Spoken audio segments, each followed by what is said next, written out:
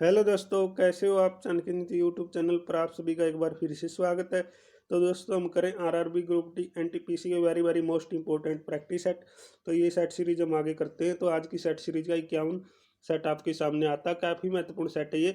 अगर आप railway exam की तैयारी करें तो इन सेटों को आप प्रैक्टिस जरूर करें, या अन्य किसी भी प्रतियोगी परीक्षा की तैयारी करें तो भी आप इन सेटों को जरूर रिवाइज कीजिएगा, क्योंकि यहाँ से आपको नेक्स्ट एग्जाम में काफ़ी फायदा होगा। तो सेट 51 के क्वेश्चन देखेंगे। ज़्यादा से ज़्यादा वीडियो शेयर कर दें। अगर आप फर्स्ट टाइम चैनल पर आए हैं तो चैनल को भी सब्सक्राइब कीजिएगा। तो आज का सेट 51 का फर्स्ट क्वेश्चन आता है। अगर आप लास्ट तक वीडियो देखते हैं तो साथ साथ में आपको सभी क्वेश्चन याद हो जाएंगे, ठीक है ना। दोबारा आपको वीडियो देखने की जरूरत ही नहीं। तो सेट 51 का प्रश्न है फर्स्ट, शेरशाह सूरी ने कौन सी प्रथा आरंभ की है? तो शेरशाह सूरी ने कौन सी प्रथा आरंभ की थी? मोस्ट इंपोर्टेंट प्रश्न है। तो कौन सी प्रथा आरंभ की थी? कबूलियत एवं पट्टा प्रथा। कौन सी प्रथा? कबूलियत एवं पट्टा प्रथा, ठीक है। कौन सी प्रथा? ये कबूलियत एवं पट्टा प्रथा आरंभ की है शेरशाह सूरी ने, ठीक है ना। पूछा जा सकता है शेरशाह सूरी ने कौन सी प्रथा आरंभ की? कबूलियत एवं पट्टा प्रथा, ठीक है। तो नेक्स्ट आएगा, मौर्य काल में लिया जाने वाला कर किस नाम से ये कर लिया जाता था? क्या कहलाता था? तो ये ईर्ण्य कर कहलाता था। कौन सा कर? ये ईर्ण्य कर, ठीक है। मोस्ट इंपोर्टेंट प्रश्न है, मौर्य काल में लिया जाने वाला कर क्या कहलाता था? क्या कहलाता था? ईर्ण्य कर, ठीक है। तो नेक्स्ट क्वेश्चन आएगा, राष्ट्रकूट वंश की स्थापना। तो राष्ट्रकूट वंश की स्थापना किसने की है? तो दंती दुर्ग ने की थी, ठीक है। किसने? दंती दुर्ग ने। मोस्ट इंपोर्टेंट प्रश्न है, राष्ट्रकूट वंश की स्थापना किसके द्वारा की गई? दंती दुर्ग के द्वारा। तो नेक्स्ट आएगा, तारिक उल इंद।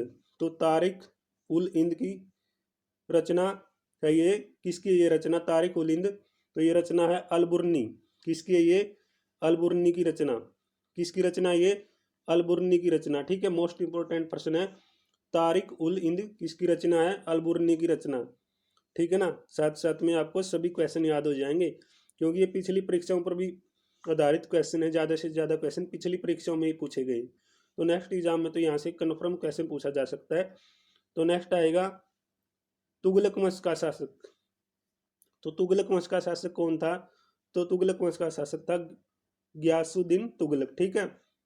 तो गयासुद्दीन तुगलक ने बंगाल को 3 भागों में क्या किया था? विभाजित किया था। आपसे पूछेंगे बंगाल को 3 भागों में विभाजित करने वाला शासक कौन था? गयासुद्दीन तुगलक, जो तुगलक वंश का शासक था, ठीक है। तो इसे नेक्स्ट आएगा, अदीना मस्जिद। तो अदीना मस्जिद कहाँ? पांडुआ में। कहाँ पर है ये? पांडुआ के अंदर, ठीक है। तो नेक्स्ट क्वेश्चन आएगा, दिल्ली में अशोक स्तंभ का सर्वप्रथम पता। तो दिल्ली के अंदर जो अशोक स्तंभ है उसका सर्वप्रथम पता किसने लगाया था? तो किसने लगाया था? ये 1750 के अंदर लगाया गया था, टी पेथेलर। किसने? टी पेथेलर ने दिल्ली में अशोक स्तंभ का सबसे पहले पता लगाया 1750 के अंदर, ठीक है। तो नेक्स्ट प्रश्न आएगा, अजंता में सर्वाधिक प्राचीन गुफाएं। तो अजंता में सर्वाधिक प्राचीन गुफाएं पूछा इसने। तो गुफा संख्या ये 9 से 10, ठीक है। अजंता के अंदर सर्वाधिक गुफा संख्या जो 9 से 10, ठीक है। तो नेक्स्ट प्रश्न आएगा, दीवान ए वकूफ की रचना किसकी है? ये दीवान ए वकूफ की रचना, ये एक रचना है, किसकी है ये? जलालुद्दीन खिलजी। किसकी है ये? जलालुद्दीन खिलजी की, ठीक है ना। दीवान ए वकूफ। तो नेक्स्ट आएगा, मुगल शासक अकबर का काल हिंदी साहित्य का कौन सा काल कहलाता? मोस्ट इंपोर्टेंट प्रश्न है। पिछली परीक्षा में भी मैंने ये क्वेश्चन देखा है, ठीक है ना। ज्यादा से ज्यादा क्वेश्चन पूछा गया है ये। मुगल शासक अकबर का जो काल था हिंदी साहित्य का कौन सा काल कहलाता था? तो कौन सा काल कहलाता था? ये सवर्ण काल। कौन सा काल था? ये सवर्ण काल, ठीक है। मुगल काल शासक अकबर का काल जो हिंदी साहित्य का था ये सवर्ण काल कहलाता था, ठीक है, यह कहलाता है। तो नेक्स्ट आएगा, हिंदू राजा हर्षवर्धन। आपने हर्षवर्धन के बारे में पढ़ा है। तो ये हिंदू राजा हर्षवर्धन हर 5वें वर्ष में क्या करता था? अपना प्रयागराज में अपना सारा धन क्या करता था? दान करता था, ठीक है। प्रयागराज में अपना सारा धन दान करने वाले राज्य का नाम बताइए? हर्षवर्धन, ठीक है। जो हर 5वें वर्ष में यानी 5 साल के बाद प्रयागराज में अपना सारा दान करने वाला राजा ये, ठीक है ना। तो नेक्स्ट आएगा, विक्रमशिला विश्वविद्यालय की स्थापना पिछले सेट के अंदर भी हमने ये क्वेश्चन किया। तो धर्मपाल, ठीक है। विक्रमशिला विश्वविद्यालय की स्थापना किसके द्वारा? धर्मपाल के द्वारा की गई। तो नेक्स्ट आएगा, बरहुत स्तूप का निर्माण किसने करवाया था? अशोक ने। मोस्ट इंपोर्टेंट पर्सन है। बरूद स्तूप का निर्माण अशोक ने करवाया है। तो नेक्स्ट आएगा हर्मिट ऑफ शिमला किसको कहा जाता है? किसको कहा जाता है? ए ओ ऊम को। ठीक है, मोस्ट इंपोर्टेंट पर्सन ये भी। भारत की यात्रा पर आने वाले पहले ब्रिटिश सम्राट कौन थे? तो भारत की यात्रा करने वाले पहले ब्रिटिश सम्राट का नाम बता। पंचम। कौन थे? जॉर्ज पंचम। ठीक है ना। तो सेट 52 के क्वेश्चन देखेंगे। तो सेट 52 का फर्स्ट क्वेश्चन है ब्राह्मणों पर जजिया कर सर्वप्रथम किस शासक ने लगाया था? मोस्ट इंपोर्टेंट पर्सन है। ब्राह्मणों पर जजिया कर, ब्राह्मणों पर, पंडितों पर सबसे पहले जजिया कर किसने लगाया? फिरोज शाह तुगलक ने। किसने? फिरोज शाह तुगलक ने। तो शाहजहां के शासन काल को मुगल काल का कौन सा काल कहा जाता है? जैसे हमने अकबर का काल पढ़ा ना, तो सबसे पहले स्वर्णकुल के नाम से जाना गया था वो। ठीक है ना, स्वर्ण काल के नाम से। तो शाहजहां के शासन काल को मुगल काल का क्या कहा जाएगा? स्वर्ण युग। ठीक है ना। शाहशाह अकबर इनका एक काल था। ठीक है ना, स्वर्ण काल कहलाता था ये। तो नेक्स्ट आएगा अलीगढ़ आंदोलन के संस्थापक। तो अलीगढ़ आंदोलन के संस्थापक कौन थे? सर सैयद अहमद खां। कौन थे? सर सैयद अहमद खां। ठीक है। तो नेक्स्ट प्रश्न है औरंगजेब के शासन काल में हिंदू मनसबदार की संख्या क्या थी? सबसे अधिक। कितनी थी? सबसे ज्यादा।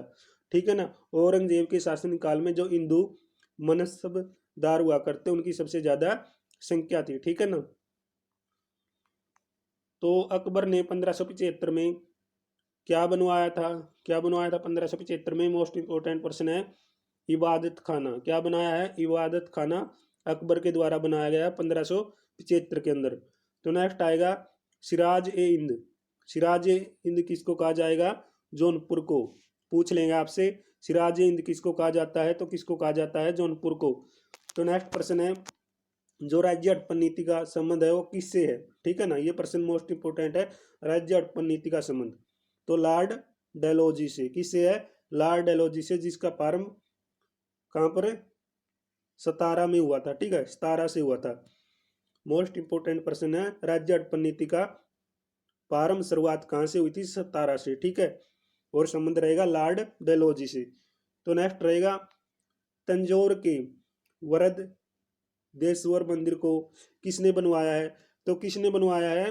राजा प्रथम ने। ठीक है ना, राज राजा प्रथम ने, राज राजा प्रथम ने बनवाया था। तो इससे नेक्स्ट प्रश्न आएगा अंतर्राष्ट्रीय ओलंपिक समिति आईओसी की पहली भारतीय महिला सदस्य बताओ। नीता अंबानी। तो नीता अंबानी अंतर्राष्ट्रीय ओलंपिक समिति की पहली महिला सदस्य है। ठीक है ना, भारतीय है ये। ठीक है, भारतीय महिला सदस्य पहली नीता अंबानी अंतर्राष्ट्रीय ओलंपिक समिति की। तो नेक्स्ट आएगा मुगल सम्राटों में सबसे लंबा शासन किसका था? ये अकबर का। किसका? ये अकबर का। ठीक है। तो इसे नेक्स्ट प्रश्न है स्टेन जो स्टेस हत्याकांड है उसमें अदालत में मृत्युदंड का फैसला सुनाया था दारा सिंह ने। ठीक है, स्टेट्स हत्याकांड में अदालत ने दारा सिंह को मृत्युदंड का फैसला सुनाया है। ठीक है, स्टेट्स हत्याकांड हुआ था तो उसमें दारा सिंह को मृत्युदंड का फैसला सुनाया गया था। तो नेक्स्ट आएगा आंध्र प्रदेश के बाद ई गवर्नेंस वाला दूसरा राज्य बताओ। तो कौन सा राज्य है ये? कर्नाटक। कौन सा राज्य है? कर्नाटक आंध्र प्रदेश के बाद ई गवर्नेंस वाला दूसरा राज्य है। तो पहला राज्य आपको पता ही चल गया, फिर आंध्र प्रदेश। ठीक है, दूसरा कर्नाटक। राष्ट्रीय ध्वज फहराने वाला पहला भारतीय पूछा जाता कई बार, मैडम बिक्काजी कामा। तो मैडम बिक्काजी कामा ये 1907 में इन्होंने राष्ट्रीय ध्वज फहराया था। ठीक है ना, ये पहला भारतीय है। तो नेक्स्ट आएगा चीन की बड़ी दीवार का निर्माण कौन सी ईसा पूर्व में हुआ है? तो कौन सी ईसा पूर्व में हुआ? 221 ईसा पूर्व में। 221 ईसा पूर्व के अंदर चीन की बड़ी दीवार का निर्माण हुआ है। तो नेक्स्ट सेट के देखेंगे 52 के किए 53 की ओर देखेंगे। 53 सेट आ गया। ठीक है। तो भारत का सबसे पुराना विश्वविद्यालय, तो भारत का सबसे पुराना विश्वविद्यालय कौन सा है? तो कौन सा विश्वविद्यालय है? नालंदा विश्वविद्यालय। ठीक है, तो ये भारत का सबसे पुराना विश्वविद्यालय है। तो इसे नेक्स्ट आएगा भारतीयों के लिए महान सिल्क मार्ग किसने आरंभ किया? कनिष्क ने। किसने किया भाई? कनिष्क के द्वारा भारतीयों के लिए महान सिल्क मार्ग आरंभ किया गया है। ठीक है, तो नेक्स्ट आएगा, बलबन के शासनकाल में मुसलमानों ने सत्ता में भागीदारी आरंभ की थी। आपसे पूछ लेंगे मुसलमानों ने सत्ता में भागीदारी किसके शासनकाल में शुरू की? बलबन के काल में। ठीक है, बलबन के काल में आरंभ की थी। दीवान ए कोई की स्थापना, तो दीवान ए कोई की स्थापना किसके द्वारा की गई? मोहम्मद बिन तुगलक के द्वारा। तो मोहम्मद बिन तुगलक के द्वारा दीवान ए कोई की स्थापना की गई। ठीक है, तो सातवाहन के समय में सर्वाधिक सिक्के किसके चलाए गए थे? शिक्षा की। तो सातवाहन के समय में सर्वाधिक सिक्के किसके बने थे? शिक्षा के बने थे। ठीक है, दिल्ली सल्तनत में इल्तुतमिश ने इक्ता प्रणाली शुरू की। तो दिल्ली सल्तनत में इक्ता प्रणाली किसके द्वारा? इल्तुतमिश के द्वारा। इल्तुतमिश के द्वारा दिल्ली सल्तनत में इक्ता प्रणाली चलाई गई। ठीक है, तो नेक्स्ट क्वेश्चन आएगा कांग्रेस के बेलगांव अधिवेशन में। ये बेलगांव अधिवेशन कब हुआ था? तो ये 1924 में हुआ। ठीक है, कब हुआ है? 1924 में। हिंदी को सर्वप्रथम क्या बनाया गया? राष्ट्रभाषा के रूप में क्या किया गया? प्रस्तुत किया गया, पेश किया गया हिंदी भाषा को। ठीक है ना, राष्ट्रभाषा के रूप में बेलगांव अधिवेशन के अंदर 1924 में ये कांग्रेस का अधिवेशन हुआ था 1924 के अंदर, बेलगांव के अंदर। तो नेक्स्ट आएगा, ब्रेक डाउन प्लान का संबंध बताओ किससे है? लॉर्ड वेल्लल। किससे? लॉर्ड वेल्लल। ठीक है, तो नेक्स्ट आएगा, चेन्नई एक क्या है? चेन्नई एक क्या है? कृत्रिम बंदरगाह। चेन्नई क्या है? एक कृत्रिम बंदरगाह। तो नेक्स्ट आएगा, ओदंतपुरी विश्वविद्यालय की स्थापना किसके द्वारा की गई? ओदंतपुरी विश्वविद्यालय की स्थापना गोपाल ने की थी। किसने? गोपाल ने। तो भारत का प्रथम उर्वरक कारखाना बताइए कब स्थापित हुआ? ये 1951 में। 1951 में झारखंड के अंदर है ये सिंदरी कारखाना। कौन सा कारखाना? ये सिंदरी कारखाना भारत का प्रथम उर्वरक कारखाना है। ठीक है ना, जो झारखंड में 1951 में ये स्थापित हुआ है। तो नेक्स्ट आएगा क्वेश्चन, कांग्रेस के प्रथम अधिवेशन 1885 में मुंबई में जो वाईएमएस चंद्र बनर्जी की अध्यक्षता में बैठक हुई, उस समय भारत का वायसराय कौन था? ठीक है ना, तो उस समय भारत का वायसराय कौन था? Lord Dufferin. कौन थे? Lord Dufferin. जो बैठक हुई थी कांग्रेस का प्रथम अधिवेशन वाईएमएस चंद्र बनर्जी की अध्यक्षता में, तो उस समय भारत का वायसराय पूछा इसने, लॉर्ड डफरिन। ठीक है, तो प्रथम अधिवेशन 1885 में मुंबई के अंदर हुआ था। तो नेक्स्ट आएगा, दुनिया का सबसे बड़ा क्रिकेट स्टेडियम। तो दुनिया का सबसे बड़ा क्रिकेट स्टेडियम कौन सा है? मोटेरा। तो मोटेरा स्टेडियम कहाँ पर है? गुजरात के अंदर। फिलहाल इसका नाम सरदार पटेल स्टेडियम रखा गया। ठीक है, सरदार पटेल स्टेडियम गुजरात के अंदर। तो सेठ चमन के और क्वेश्चन देखेंगे। सेठ चमन का क्वेश्चन फर्स्ट आता है, शिव मंदिर रेत में कहाँ पर स्थित है? शिव मंदिर रेत, तो यह है तलकाडू। कहाँ पर? तलकाडू के अंदर। तो नेक्स्ट प्रश्न है, कर्नाटक गांधी के नाम से किसको जाना जाता है? सदाशिव राव को। सदाशिव राव को कर्नाटक गांधी कहा जाता है। ठीक है ना, कर्नाटक का गांधी किसे कहा जाता है? सदाशिव राव को। तो नेक्स्ट प्रश्न है, सबसे पहले ज्ञानपीठ से सम्मानित व्यक्ति। तो सबसे पहले किसको ज्ञानपीठ पुरस्कार मिला था? तो किसको मिला था? जी शंकर कुरूप को 1965 में मिला। ठीक है, कुरूप को मिला है सबसे पहले ज्ञानपीठ पुरस्कार, जी शंकर को। ठीक है, 1965 में। कब मिला है? 1965 के अंदर। ठीक है, डेट याद रखना, 1965 में सबसे पहले सम्मानित होने वाले व्यक्ति है ये। तो नेक्स्ट आएगा, भारत की प्रथम हिंदी रंगीन फिल्म। तो भारत की पहली हिंदी रंगीन फिल्म कौन सी है? किसान कन्या। कौन सी है? किसान कन्या। 1937 में। 1937 में ये फिल्म बनी थी, किसान कन्या फिल्म है, भारत की पहली रंगीन फिल्म है। ठीक है, तो भारत की पहली रंगीन फिल्म का नाम बताइए, किसान कन्या, 1937 में बनी है। तो नेक्स्ट आएगा, अंग्रेजों और मराठों के बीच बड़गांव समझौता कब हुआ था? ये 1789 में हुआ था, बड़गांव का समझौता अंग्रेजों और मराठों के बीच। बड़गांव समझौता किस किस के बीच हुआ? अंग्रेजों और मराठों के बीच 1789 में। तो नेक्स्ट आएगा, पल्लव राजा की राजधानी। तो पल्लव राजा की राजधानी बताइए, कांचीपुरम। कौन सी है? कांचीपुरम। तारिक ए फिरोज शाही। तो तारिक ए फिरोज शाही की रचना जियाउद्दीन बर्नी ने की है। ठीक है ना, किसके द्वारा तारिक ए फिरोज शाही की रचना हुई है? जियाउद्दीन बर्नी के द्वारा। तो नेक्स्ट क्वेश्चन है, अकबर ने 1564 में जजिया कर को समाप्त कर दिया था, ठीक है ना। तो जजिया कर कब समाप्त किया गया? 1564 में। किसके द्वारा? अकबर के द्वारा, ठीक है। तो नूरजहाँ के बचपन का नाम बताओ, पूछा जाता है ये प्रश्न। नूरजहाँ के बचपन का नाम बताइए। तो क्या नाम है? मैरूसी मैरूनिसा। क्या नाम है?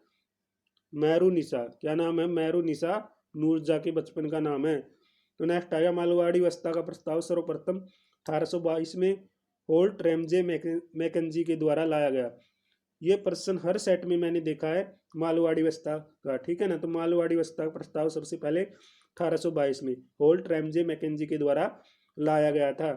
तो नेक्स्ट क्वेश्चन आएगा, 1881 में सबसे पहले जो नियमित जनगणना की कार्रवाई हुई, किसके कार्यकाल में हुई थी ये कार्रवाई?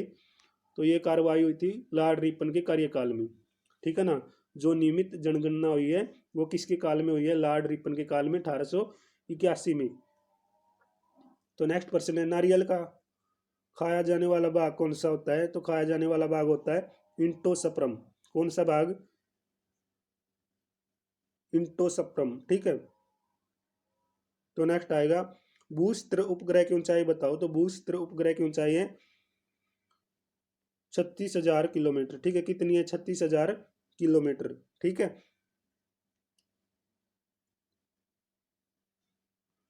तो नेक्स्ट आएगा, सूर्य के कोण का ताप कितना होता है? तो सूर्य के कोण का ताप होता है 15 MC होता है, ठीक है ना। देख लेना ये क्या होता है, मुझे सही पता नहीं, ठीक है। तो सूर्य के कोण का तापमान बताना। तो नेक्स्ट आएगा, ईटर में प्रयुक्त एलिमेंट जो नाइक्रोम होता है वो किसका बना होता है? निकेल और क्रोमियम। किसका बना होता है? निकेल और क्रोमियम का, ठीक है। एलिमेंट जो नाइक्रोम होता है वो निकेल और क्रोमियम का बना होता है। तो भारत की प्रथम महिला राजदूत बताओ। तो भारत की प्रथम महिला राजदूत कौन थी?